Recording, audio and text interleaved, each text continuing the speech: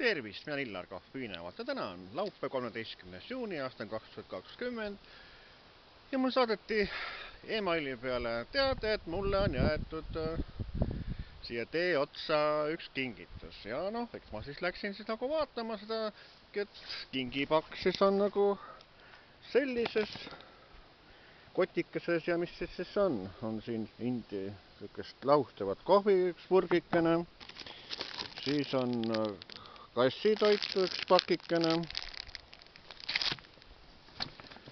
siis on isegi üks kruusikene, kus on minu pilt peale pandud ja sõnaga, et HK sind ei karda, ja sõnaga nojah, see on niisugune grupikesel Facebookis tehtud.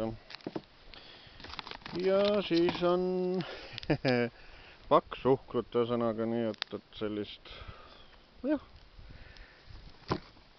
et siuksed asjad, et no mis ma oskan öelda, kingitus on alati tore saada, et pange ka tihedamini mul kingituse siia, et on jälle mida näidata ja mida kajastada. Nii ütlen mina, Illar Kahvinevat.